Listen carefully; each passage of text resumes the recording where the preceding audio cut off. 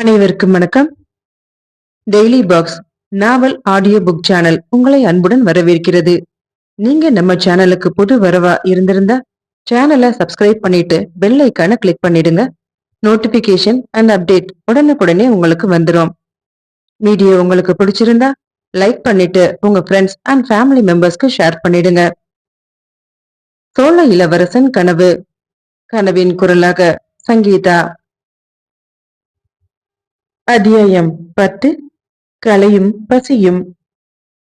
சிற்பி மகள் மீன்வெளியை கண்டவுடன் ஆதித்தன் உள்ளத்திற்குள் சற்றே திடுக்கிட்டாலும் அதை வெளிக்கு புலப்படுத்தாமல் மெல்ல புன்னகை புரிந்தான். இயற்கையான பசி மயக்கத்துடன் களைப்பும் சேர வாடியிருந்த முகத்தை மாற்றிக்கொள்ள முயன்றான். மீன்வெளியும் மிக திறமையுடன் அவனை தேடி வராமல் எதேச்சையாக அங்கு வந்தது போல நடித்து, அடடா, இங்கேயா இருக்கிறீர்கள் என்று கேட்டாள். தன்னை விட சிற்பி மகள் மிகவும் சாமர்த்தியமாக நடிப்பதை உணர்ந்த ஆதித்தன், ஓஹோ, இங்கு எப்போது வந்தீர்கள் என்று கேட்டான். பேசுவதற்கு சற்று சிரமமாகத்தான் இருந்தது. நீங்கள் புறப்பட்ட பிறகு புறப்பட்டு வருவதற்கு சற்று முன்பு வந்தேன் என்றாள். ஆதித்தன் உடனே ஏதும் பேசவில்லை. பிறகு மெல்ல எழுந்து, சிற்பக்கூடம் அங்கே பல நாட்களாக இருக்கிறதா என்று கேட்டான். பல ஆண்டுகளாக என்றால் மீன்விழி. சிற்பிகள் மிக சுறுசுறுப்பாக பணியாற்றுகிறார்கள் என்று கூறிவிட்டு மெல்ல சிரித்தான். பசி தாகம் மறந்து நீங்களே பணியாற்றும் போது வாழ்க்கையை சிற்பக்கலைக்கு அர்ப்பணித்தவர்கள் நாங்கள். அயர்வின்றி பணியாற்ற கேட்பானேன் என்று கூறி முல்லை பற்களை மெல்ல தெரிய செய்தாள் சிற்பியின் மகள். எனக்கு சிற்பக்கலை மீது மிகுந்த ஆர்வம், அதனால்தான் சிற்பிகளுடன் சிற்பிகளாக சேர்ந்து கொண்டேன் என்றான் ஆதித்தன். குதிரை மீது கூட ஆசை போல் இருக்கிறது. உங்கள் நண்பருக்கும் குதிரை மீது மிகுந்த பிரியம், அப்படித்தானே? ஆதித்தனுக்கு மெல்ல கோபம் பொங்கியது. துணிவு மிகுந்த சிற்பி மகள் பொல்லாதவளாகவும் இருப்பாள் போல் இருக்கிறது. சோழ நாட்டு பெண்களை விட அதி புத்திசாலியாக இருக்கிறாளே இவர். சிற்பிகளை சோழ நாட்டிற்கு அழைத்துச் செல்லும் போது இவளையும் அழைத்து சென்று விட வேண்டும் என்று முடிவு செய்து கொண்டான் ஆதித்தன். பேச்சை மாற்ற விரும்பிய அவன், காவிரி நதியை நீ பார்த்திருக்கிறாயா மீன்வெளி என்று கேட்டான். பாலாற்றை விட பெரிதா? நல்ல வேளை, திருப்பதிக்கு அருகே ஓடுகிறதே காட்டாறு, அதைவிட பெரிதா என்று கேட்காமல் இருந்தாயே என்று கூறிவிட்டு அவளது விழிகளை நோக்கினான்.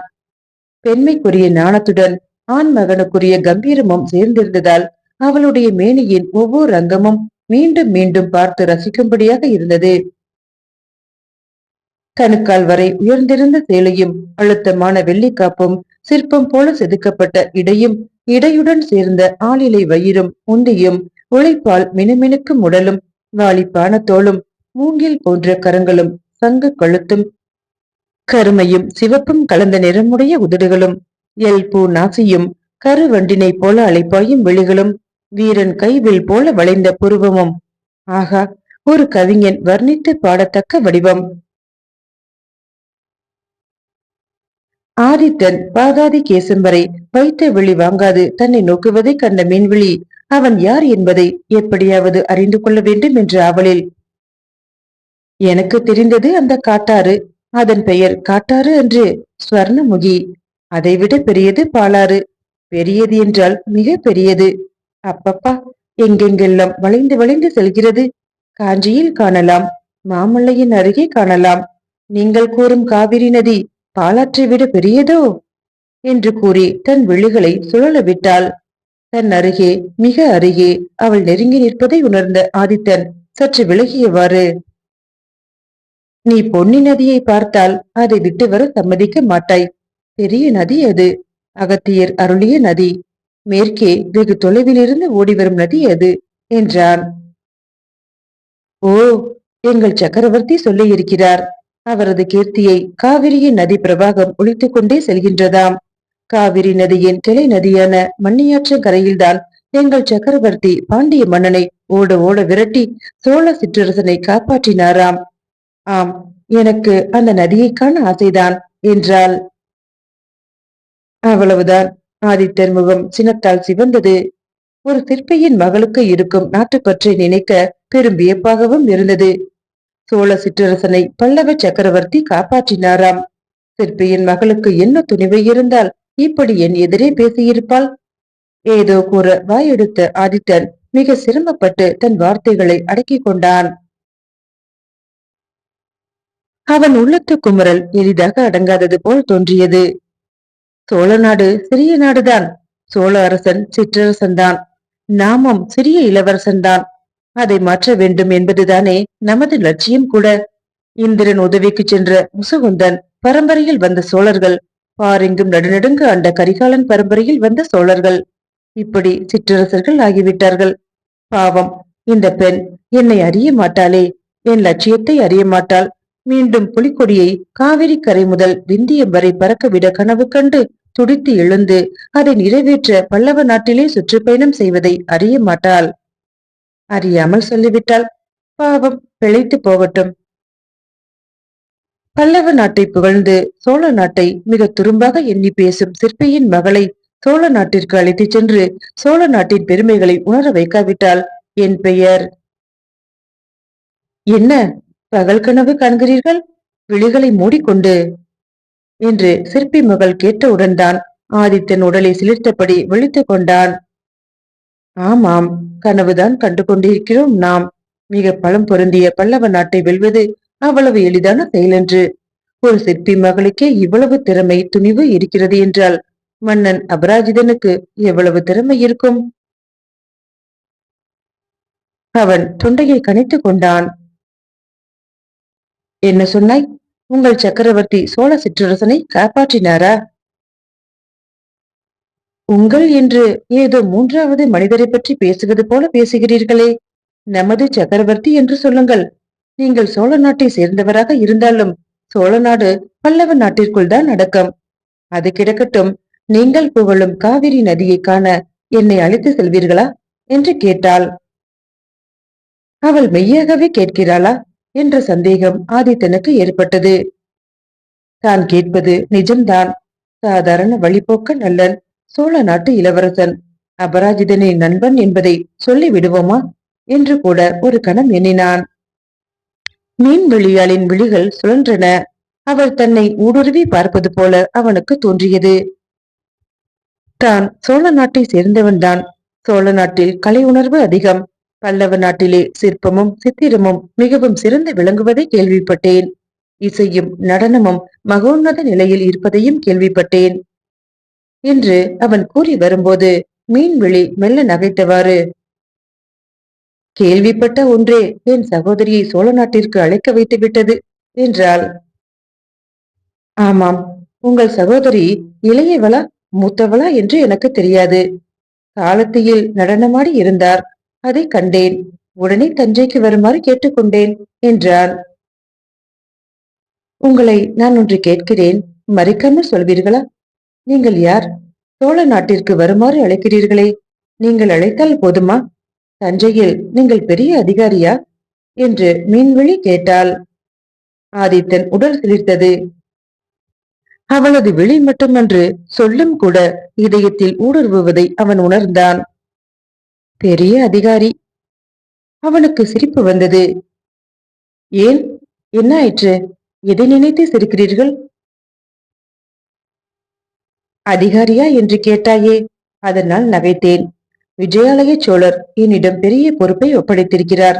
சோழ நாட்டை கலை மனம் வீசும் பூமியாக்க வேண்டும் என்று என்னிடம் கட்டளையிட்டிருக்கிறார் என்றான் ஆதித்தன். ஓஹோ, ஆம், அதனால் தான் இந்த நாட்டிலே சுற்றுப்பயணம் செய்கிறேன். கலைஞர்களை சந்திக்கிறேன். நாட்டிய மகளான தங்கள் சகோதரியையும் சந்தித்தேன். ஓ, அப்படியா? என்ன அப்படி அலட்சியமாக கேட்கிறாய்?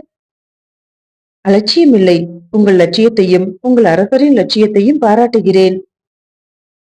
சிற்பியின் மகளான உன்னையும் நான் சந்தித்தேன். எங்கள் நாட்டிற்கு வருமாறு அழைத்தேன்.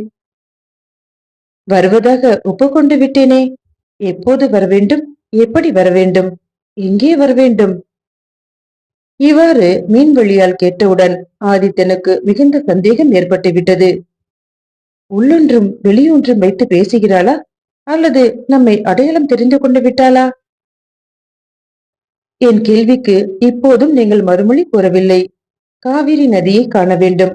புதிதாக நிர்மாணிக்கப்பட்ட தஞ்சையை காண வேண்டும். உங்களுடனேயே நான் புறப்பட்டு விடலாமா? இவ்வாறு அவள் கேட்டவுடன் ஆதித்தன் முகம் கோபத்தால் சிவந்தது. சிற்பியின் மகள் நடிக்கிறாள் என்று எண்ணியவனாக, நான் இப்போது தஞ்சைக்கு செல்லவில்லை என்றான். என் சகோதரியை வரச் சொல்லியிருக்கிறீர்களே? ஆம், திருத்தணிகையில் என்னை சந்திக்குமாறு சொல்லி இருக்கிறேன். அவள் உன்னை சந்தித்தாளா? நீங்கள் பல்லவ சக்கரவர்த்தியை சந்திக்க வேண்டாமா? அவரிடம் கேட்டுக்கொண்டால் அவர் உங்களுக்கு வேண்டிய உதவிகளை செய்வார். சிற்பிகளை அனுப்புவாரா? சிற்பிகளை அனுப்ப மாட்டார். சோழ நாட்டில் வேலையில்லாமல் இருக்கும் சிற்பிகளை வேண்டுமானால் அனுப்புங்கள். அதை கேட்டு ஆதித்தன் திடுக்கிட்டான். மிக மிக திறமையுடன் பேசும் இவளை எப்படித்தான் நம்புவது? பல்லவ சக்கரவர்த்தியை சந்திக்க நீங்கள் நெடுந்தொலைவு செல்ல வேண்டாம். இதோ இங்கேயே வந்திருக்கிறார். இதோ இங்கேயே என்றவுடன் ஆதித்தன் திடுக்கிட்டு திரும்பி பார்த்தான். மீன்விழி நகைத்தாள். இதோ என்றால் உங்கள் அருகிலேயே என்று அர்த்தமா? சிற்பிகளை சந்திக்க வந்திருக்கிறார். வாருங்கள், நான் அறிமுகப்படுத்துகிறேன். ஆதித்தனுக்கோ மிகுந்த சங்கடமாகியது. கவலைப்படாதீர்கள், சத்திரத்து குதிரையை அபகரித்து வந்ததற்காக உங்களை தண்டிக்க மாட்டார் என்றாள். ஆதித்தனுக்கு அவமான உணர்ச்சி மேலோங்கியது. தன் நிலை என்ன? இங்கே சாதாரண மனிதனாக ஒரு சிற்பி மகளிடம் இப்படி அவமானப்பட நேரிடுகிறதே. அந்த குதிரைகள் எங்களிடம் இல்லை. நாங்கள் அதை பெற்ற வேகத்திலேயே இழந்து விட்டோம். குதிரைகளை காணவில்லை என்றான் ஆதித்தன். சிற்பியின் மகளிடம் இவ்வாறு பேசிக்கொண்டே இருப்பதா, அல்லது ஏதாவது சொல்லி இங்கிருந்து புறப்பட்டு விடுவதா என்று சிந்திக்கலானான். குதிரைகளையும் காணவில்லை, உங்கள் நண்பரையும் காணவில்லை அல்லவா? உங்களுக்கு எப்படி தெரியும்? இதில் என்ன சாமர்த்தியம் வேண்டியிருக்கிறது? உங்களுடன் அவர் வரவில்லை என்பதிலிருந்தே புரிந்து கொண்டேன் என்று கூறி சிரித்த மீன்விழியின் சிரிப்பொலி ஆதித்தன் உள்ளத்தை ஏதோ செய்தது. விக்கி அண்ணன் எங்கிருக்கிறானோ? எங்கிருந்தாலும் திருத்தணிகைக்கு வந்து சேர்ந்து விடுவான். நாமும் அங்கே சென்று விட வேண்டும். சிற்பி மகள் உதவியுடன் செல்லலாமா, அல்லது அவளிடம் சொல்லாமலே சென்று விடுவோமா? விக்கியண்ணன் அருவிக்கரையில் நீராட குதித்தான் என்று சொல்லத் தொடங்கிய ஆதித்தன் சட்டென நிறுத்தி கொண்டான். விவரித்து சொன்னால் அங்கே தாம் வீரர்களிடம் சிக்கியதையும் அவர்களிடமிருந்து தப்பியதையும் கூற வேண்டி இருக்கும். ஓ, அருவிக்கரைக்கு போய் சேர்ந்து விட்டீர்களா? அதன் மறுகரையில் கொற்றவையை வணங்க இளவரசி வந்திருப்பாள். அங்கே ஆண்கள் செல்லக்கூடாதே. ஐயோ பாவம், உங்கள் நண்பர் அவளுடைய காவல் வீரர்களிடம் சிக்கியிருப்பார் என்றாள். என்னவோ காலையிலிருந்தே எல்லாம் எதிர்பாராத சம்பவங்களாக நடைபெறுகின்றன. நாடு விட்டு நாடு வந்து நாங்கள் ஆபத்தில் சிக்க நேருகிறது. கலையின் மீதுள்ள ஆசையால் இப்படி ஒரு சங்கடமா? சிற்பி மகளே, மிகவும் புத்திசாலியாக திறமை உடையவளாக இருக்கிறாய். நீ ஒரு யோசனை சொல். இப்போது என்ன செய்யலாம் என கேட்டான் ஆதித்தன். இப்போது பல்லவ சக்கரவர்த்தியை சந்திக்கலாம் என்றாள் சிற்பி மகள் மீன்விழியாள். நான் உங்களை அவரிடம் அறிமுகப்படுத்துகிறேன். கட்டுடலும் திறமையும், குதிரை ஏற்றமும், நொடியிலே குதிரைகளை அபகரிக்கும் திறமையும், இழந்துவிடும் திறமையும், துணிவுடன் சிற்பிகளுடன் சிற்பியாக மாறி சிற்ப குளத்திலே வந்திருக்கும் திறமையையும் அறிவையும் அவர் மிக பாராட்டுவார். வருகிறீர்களா என்று அவள் கேட்டாள். அத்தியாயம் 11. கலைக்கனவு. பல்லவ சக்கரவர்த்தியை சந்திப்பதில் ஆதித்தனுக்கு எவ்வித அச்சமும் இல்லை. அபராஜிதன் அவனுடைய அன்பிற்குரிய நண்பன். மன்னி அற்றங்கரை போரில் வென்று பாண்டியர்களை விரட்டிய பிறகு ஆதித்தனின் வீரத்தை, திறமையை பாராட்டி அவனது தோள்களை தழுவி அபராஜிதன் கூறிய வார்த்தைகள் இன்றளவும் அவனது செவிகளில் ஒலித்துக் கொண்டிருக்கின்றன. ஆதித்தா, எப்படி உனக்கு நன்றி கூறுவது என்றே தெரியவில்லை. பல்லவ நாட்டின் தெற்கு எல்லையை பற்றி இனி எனக்கு எந்தவித கவலையும் இல்லை. இந்த பகுதிகளை உனக்கே தந்து விடுகிறேன். ஆண்டுதோறும் ஒரு நாள் பங்குனி மாத உத்திர நட்சத்திரத்தன்று காஞ்சிபுரத்திற்கு வந்து கொடுக்க வேண்டிய திரையை செலுத்தி என்னுடன் சில நாட்கள் நீயே தங்கியிருந்து விட்டு செல்ல வேண்டும். உன் தந்தை விஜயாலயரை அவ்வாறு அழைக்க நான் விரும்பவில்லை. முதிர்ந்த பருவத்தில் அவரை வடக்கே வெகு தொலைவு அழைப்பதும் சரியில்லை. நமது நட்பு வளர வேண்டும். ஆண்டுதோறும் நாம் சந்திப்போம் என்ற அபராஜிதனின் பேச்சில் அன்பு இருந்தது. ஆனால் நாம் பல்லவ மாமன்னன், சோழர்கள் நமக்கு அடங்கியவர்கள் என்ற மமதையும் சேர்ந்து இருந்தது. நட்பு என்ற போலி வேடத்துடன் நமது மேலோங்கிய உரிமையை நிலைநாட்ட பார்க்கிறான் அவன். அந்த ஒரு சொல்லால் அபராஜிதன் சொன்ன அன்றே ஆதித்தன் உள்ளத்தில் சினத்தி எரிய தொடங்கியது. இப்போது அவன் எதிரே போய் நின்றால், இளவரசனுக்கான ஆடை ஆபரண அலங்காரம் இல்லாமல் சென்றால், ஒருவேளை முதலில் புரிந்து கொள்ளாமல் இருக்கலாம். மறுக்கணம் புரிந்து கொண்டு விட்டால் தான் என்ன? ஒரு கணம் பிரமித்து போவான். பிறகு சிந்திப்பான். ஏன், சாதாரண குடிமகன் போல நான் வந்திருக்கிறேன் என்று சிற்பி மகளிடம் எப்படி சொல்வது? ஆதித்தன் இவ்வாறு எல்லாம் யோசித்தான். என்ன, சில கணங்களுக்குள்ளே சிந்தனையிலே மூழ்கி விடுகிறீர்கள்? சோர்வா, களைப்பா என்று கேட்டாள். ஆம் என்பதற்கு அடையாளமாக தலையை அசைத்தான். நேற்று இரவு சத்திரத்து உணவின் ருசி நாக்கை விட்டு நீங்கவில்லை என்றான். காலையில் இருந்து ஆகாரம் ஏதும் இன்னும் கிடைக்கவில்லையா? குதிரை மீது ஏற்பட்ட காதல் பசியை மறக்கச் செய்துவிட்டது, அப்படித்தானே என்ற சிற்பி மகளின் குத்தல் நிறைந்த சொற்கள் ஆதித்தனின் சினத்தை தூண்டிவிட்டது. சிற்பத்தின் மீதுள்ள காதல் குதிரை மீது காதல் கொள்ள தூண்டியது.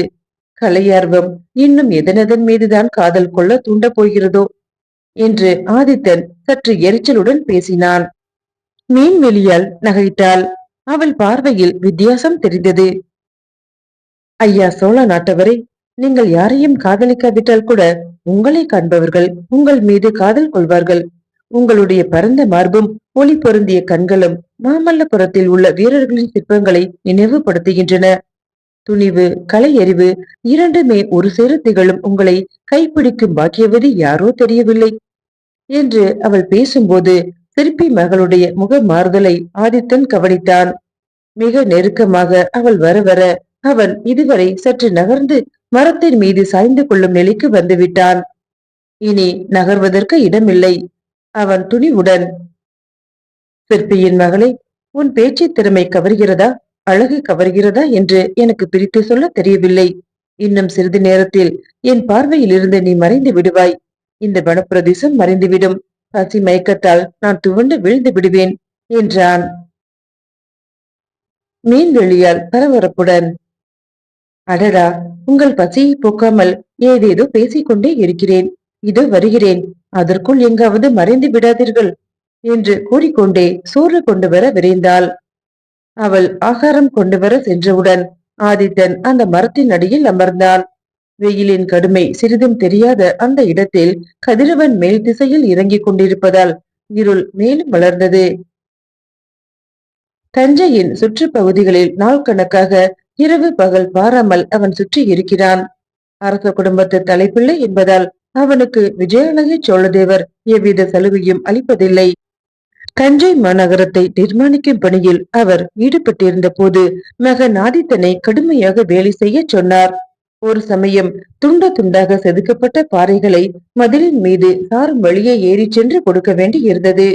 ஆண் பெண் வேற்றுமையின்றி மதிலை அமைப்பதில் ஈடுபட்டிருந்தனர். சுண்ணாம்பை வட்ட குழியில் இட்டு மாடுகள் இழுத்து வெண்ணெய் போல அரைத்துக் கொண்டிருந்தன. காரம் மிகுதியான சுண்ணத்தில் வெள்ளம் கரைத்த நீரை இட்டுக் கொண்டிருந்தனர். ஆதித்தன் அந்த சுண்ண கலவை நடக்கும் இடத்தில் கால் எரிச்சலையும் பொருட்படுத்தாமல் நின்று கொண்டிருந்தான். காலையில் பழைய சோறு கலந்த மோரை குடித்த பிறகு நண்பகல் வரை ஒரு வாய் கூட எதுவும் குடிக்கவில்லை. தலையிலே சும்மாடிட்டு சுண்ண கலவையை சுமந்து சென்று மதில் மீது ஏறி கொட்டிவிட்டு திரும்பி வந்து கொண்டிருந்த அந்த சிற்றால் இளவரசரை பார்த்து பரிதாபப்பட்டாள்.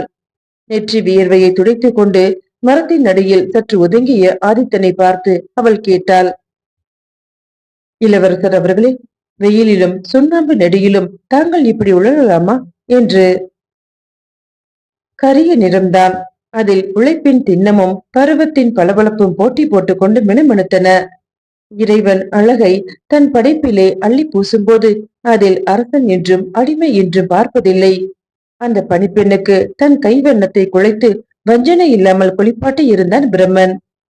கச்சை அணியாத அவளது மார்பகங்களின் செழுமையும், உடலின் மூடப்படாத இடம் போக வெயிலை காணாத பகுதிகளின் தாளம்பூ நிறமும் இளம் ஆதித்தனின் மனதில் சஞ்சலத்தை ஏற்படுத்தும். அந்த புறத்தில் வேலை எதுமின்றி உண்டு உறங்கி உல்லாசமாக வாழும் அவளை ஒத்த வயதை உடைய பெண்களை சிறிது நினைத்துக் கொள்வான். அவர்கள் பிறந்த வேலையா அல்லது முற்பிறவி பாவ புண்ணியமா? இவள் இப்படி சுண்ணத்தின் இடையில் உழல்கிறாள். அவர்கள் பன்னீர் மனத்தில் படுத்து உறங்குகிறார்கள். ஒரு தடவை அவளை தனது விழிகளால் விழுங்கிய பிறகு, என்ன கேட்டாய் என்று உற்று பார்த்தவாறு கேட்டான். தலை பாரத்தை ஒரு கரத்தால் தாங்கி இடையை நோக வைக்கும் மார்பக பாரத்தை மறைக்க மற்றொரு கரத்தால் சேலை தலைப்பை இழுத்து சொருகிக் கொண்டே முல்லை பல்வரிசை பளிச்சிட அவள் சிரித்தவாறு, ஏங்க, இந்த வெயிலில் நெடியில் உங்களுக்கு எங்க தலையெழுத்து என்று கேட்டேன் என்றாள். தலையெழுத்து என்பது இல்லை என்பதை நிரூபிக்க என்றான் ஆதித்தன் தனது மெல்லிய மீசையில் அரும்பிய வேர்வையை துடைத்தவாறு. அந்த பணிப்பெண்ணோ வியப்பால் அவனை இமைக்காமல் நோக்கினாள். அப்படியென்றால் என்று கேட்பது போல் இருந்தது. இந்த கடினமான பணியை செய்ய உன்னை மட்டும் ஆண்டவன் படைக்கவில்லை, என்னையும் தான் படைத்திருக்கிறான் என்பதை நிரூபிப்பதற்கு என்றான். வியப்பும் நாணமும் மிக அவள் தன் இதழ்களை மூடிக்கொண்டாள். பிறகு, அதெப்படி முடியும்? நீங்கள் கோட்டை கட்டுகிறீர்கள். கோட்டைக்குள் இருந்து எங்களை போன்ற பேதைகளை, பணியாளர்களை, இளம் பெண்களை, முதியவர்களை, பாலர்களை பாதுகாக்கிறீர்கள். அந்த தொழில் செய்ய எங்களால் முடியுமா என்று ஆச்சரியமிக பேசினாள் அவள். முடியும், நிச்சயமாக முடியும். உன்னால் கோட்டை கட்ட முடியும் என்ற ஆதித்தன் பேச்சில் குறுக்கிட்ட அந்த பணிப்பெண், ஓ, மணக்கோட்டை கட்டுவேன் என்றாள். அது போதுமே, மணக்கோட்டையை நான் கூடத்தான் கட்டுகிறேன். தஞ்சை மாநகரை பெரிய நகராக்க வேண்டும்.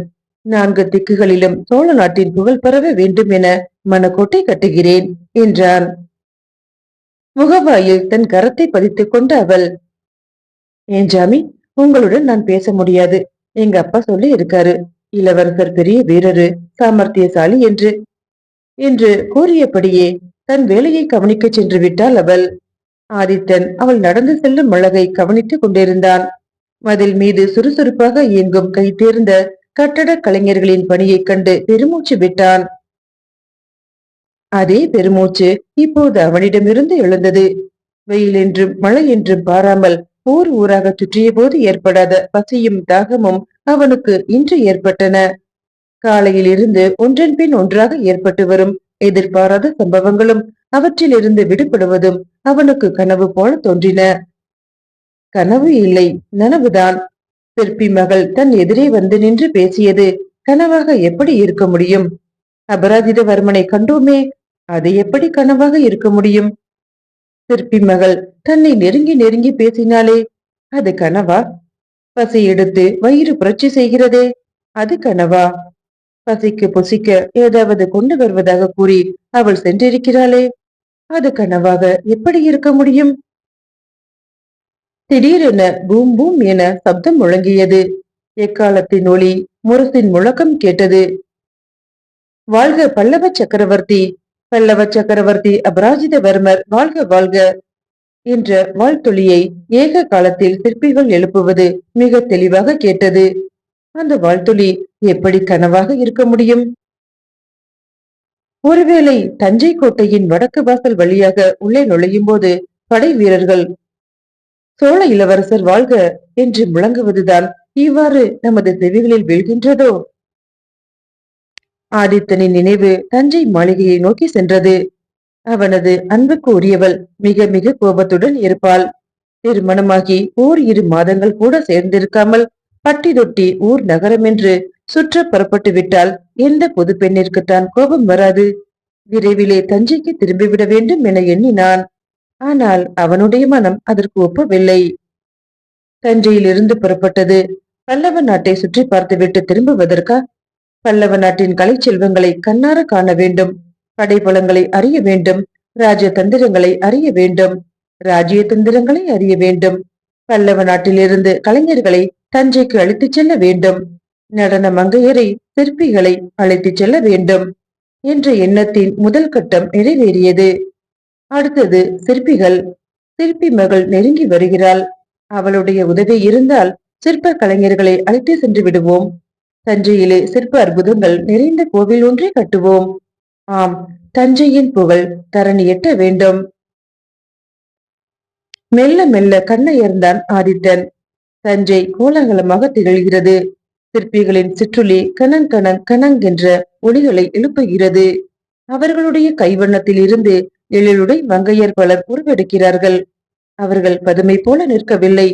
முகத்திலே ஆயிரம் ஆயிரம் எழில் உணர்ச்சிகளை வெளிப்படுத்துகிறார்கள். வெளிகளோ பல 100 தாமரைகளாக மலர்கின்றன. இதழ்களில் குமிழ் நகை பூத்து நிற்கிறது. தாமரை முகங்களில் எல்பூ போன்ற நாசைகள் கம்பீரமாக நிற்கின்றன. வீரர் கைவேல் போன்ற வெளிகள் கொடிய யமனி போல ஒரு கணம் தோன்றுகின்றன. தடாகத்து மீன்கள் கதிரொலியில் துள்ளி எழும்பும் போது மின்னுவது போல முகக்குளத்திலே அவை துள்ளுகின்றன. மங்கையர் காதலிகளாக விளங்குகின்றனர். கொடி பற்றிய பூங்கொடிகளாக விளங்குகின்றனர். கந்தர்வ மங்கையராக திகழ்கின்றனர். அவர்கள் பல பல முக பாவங்களை காட்டி ஆடுகின்றனர். காதலர்களுடன் உவகை கொண்டு கை கோர்த்து நிற்கின்றனர். அவர்களது செங்கலச தனங்கள் விம்மி துடித்து நிற்கின்றன. அவர்களது திருவயிரும் உத்தியும் இடையனுக்கு அணி செய்கின்றன. பலவட மேகலைகள் அங்கே நெளிந்து துவழ்கின்றன. ஆடைகள் உள்ளனவோ இல்லையோ என்ற நிலையில் சிற்பி மெல்லிய ஆடையை அணிவித்திருக்கிறான். பாடகமும் வளையலும் வங்கியும் தொங்கலும் மாலையும் ஆபரணமும் மங்கையர் மேனியின் அழகுக்கு அழகு செய்கின்றன. செஞ்சீரடியையும் சிற்பி சாதாரணமாக விட்டு வைக்கவில்லை. பாத விரல்கள் தளிர் மெல்லெரும்பு போல உள்ளன. பாத சதங்கை பாதங்களின் மென்மையை தழுவி குலுக்குகின்றன. ஆகா, சிற்பி என்ன மனிதனா தேவனா நான் முகனா? இளைஞர்களின் உள்ளத்தை கொள்ளை கொள்ள வந்த காலனா? இவர்களுக்கு மனோதர்மம் எப்படி உருவாக்கியது? யாரை மனதில் உருவகப்படுத்தி சிற்பமாக வடிக்கிறார்கள்? அவர்களுக்கு என்று ஒரு பெண் பிறந்து வளர்ந்து என்றும் இளமையோடு இருக்க வேண்டும். ரூப லாவண்ய மிக்க அந்த எழிலரசி சிற்பிகளின் இதய அரங்கிலே எப்போதும் எக்கணமும் நடனமாடிக்கொண்டே இருக்க வேண்டும். அவர்களின் திரு உருவம் சிற்பிகளின் கரங்கள் வழியாக விரல்களின் வழியாக வழிந்து கற்களை காவியமாக்கி இருக்க வேண்டும். அந்த எழில் மங்கை எப்படி இருப்பாள்? திருக்காலத்தையில் சந்தித்தோமே, அந்த நடன மங்கையை போல இருப்பாளா? ஆகா, அவளுடைய அழகை போல இனி ஒரு பெண்ணின் அழகை காணத்தான் முடியுமா? மன்னாதி மன்னர்களின் மகள் பட்டத்து அரசியாக இளவரசியாக அந்த புறத்தில் அழகு பதுமையாகத்தான் இருக்க முடியும். அவர்கள் நடன மங்கையின் எழில் எதிரே நிற்க முடியாது. பல்லவ சிற்பி மகா பாக்கியசாலி. அவருக்கு 2 பெண்கள். ஒருத்தி நடன மங்கை அழகு ராணி, மற்றொருத்தி மீன் வெளியாள். இவள் எந்த கலையில் சிறந்தவள்? சாமர்த்தியமாக பேசுகிறாள். என் உள்ளத்தை அப்படியே ஊடுருவும் திறமை பெற்றவளாக திகழ்கிறாள். காலையில் சத்திரத்திலே சந்தித்த போதே இவளுடைய ஆற்றல் சிறிது விளங்கியது. குதிரைகளை எடுத்து சென்றதை பற்றி கோபப்படாமல் குளிர்முகம் காட்டுகிறாள். காவிரி நதியை காண வேண்டும் என்கிறாள். உண்மையாக இருக்குமா? உண்மையில் இவளுக்கு சோழ நாட்டை காண வேண்டும் என்ற ஆவல் இருக்குமா? இல்லாவிடில் ஒருவேளை நம்மை இன்னார் என அடையாளம் தெரிந்து கொள்வதற்காக இருக்குமா? எப்படி வேண்டுமானாலும் இருக்கட்டும். நாம் மிக கவனமாக பழகுவோம். எப்படியாவது அவளை சோழ நாட்டிற்கு அழைத்து சென்று விடுவோம். அவள் வந்தால் அவளுடன் அவள் தந்தை சிற்பியும் வந்து விடுவார். சிற்பியுடன் அவரது சீடர்கள் வந்து விடுவார்கள். நடனமங்கையும் சிற்பியும் வந்துவிட்டால் சோழ நாட்டை கலை பூமியாக்குவதில் எந்தவித சங்கடமும் இருக்காது. சிற்பி சித்திர இசையில் கலை பெருமை கொண்ட பல்லவ நாட்டிற்கு இணையாக, ஏன் அதைவிட மேலாகவே சோழ நாட்டை வளர்த்து விடலாம். பல்லவ நாட்டிலே கலைக்கு ஒரு காஞ்சி என்றால் சோழ நாட்டில் கலைக்கு ஒரு தஞ்சை என்று உயர்த்தி விடுவோம். ஆம், உயர்த்த வேண்டும், வளர்க்க வேண்டும், பெருமை கொண்டு தலை நிமிர்ந்து நிற்கச் செய்ய வேண்டும். அவன் உதடுகள் மெல்ல அசைந்தன. மூடியிருந்த விழிகள் எதிரே மகத்தான தோற்றம் ஒளி வீசி திகழ்ந்தது. யாரோ அவனது கன்னத்தை தடவுவது போல தோன்றியது. அன்னம் தன் தூவியால் மெல்ல வீசுகிறதா? மயில் தன் தோகையால் சாமரம் வீசுகிறதா? பொதிகை சந்தனத்தை எடுத்து மெல்ல யாரோ குளிர் பொங்க பூசுகிறார்களா? இமயத்து பனியை எடுத்து நெற்றியில் இடுகிறார்களா? நாம் எங்கிருக்கிறோம்? மெல்லிய நகையொலி கூட கேட்கிறதே. வளையல்கள் குலுக்குகின்றனவே. கானப்பறவைகளின் கலகலவென்ற ஓசையைப் போல மெல்லிய குரலோசை கூட கேட்கிறதே. ஆச்சரியப்பட்டு ஆதித்தன் மெல்ல கண் விழித்தான். அவன் அருகே மண்டியிட்டு அமர்ந்து மார்பின் மீது அவன் அழகில் மயங்கி தன் வயம் இழந்து அவன் பூவுடல் மெல்ல அமிழ முகத்தை தனது மென் விரல்களால் மீன் வெளியால் மெல்ல வருடிக்கொண்டே இருந்தாள். இன்பக் கனவு கண்டு கொண்டிருந்தீர்களோ என்று அவள் புன்னகைத்தவள கேட்டாள். அருகே ஒரு தட்டில் உணவு இருந்தது. மெல்லிய துணியால் அது மூடப்பட்டிருந்தது. பசி மயக்கத்தால் கண்ணயர்ந்த ஆதித்தன் மன அரங்கில் எழுந்தவை ஒவ்வொன்றுமே மீன் வெளியாளுக்கு தெரிய நியாயமில்லை. பொதுவாக கனவு என்று கூறிவிட்டாள். இன்ப கனவு என்று கூறிவிட்டாள். இளமை பூத்து குலுங்கி நிற்கும் அவள் அவ்வாறு நினைக்காமல் வேறு எப்படி என்ன நினைக்க முடியும்? அவளின் பூ உடல் மெல்ல நெளிந்தது. தேக்கு மரத்தின் மீது தவழ்ந்திருக்கும் செண்பக கொடி போல விளங்கினாள். அவனை எழுப்புவதற்காக அவள் மண்டியிட்டு குனிந்திருப்பதாக தோன்றியதே தவிர அவள் தன் விருப்பத்திற்கு ஏற்ப அவன் மார்பின் மீது படர்ந்திருந்ததாக தோன்றவில்லை. ஆதித்தன் திடுக்கிட்டு எழ முயன்றான். அவளுடைய கரங்கள் ஆதித்தனின் நெற்றியில் துளித்திருந்த வியர்வையை மெல்ல துடைத்தன. விம்மி எழும் மார்பகங்கள் ஆதித்தனின் இதய ஒளியை உணர முயல்வது போல நெருங்கி அழுத்தின. மீண்டும் அடுத்த பதிவில் சந்திக்கலாம். நன்றி.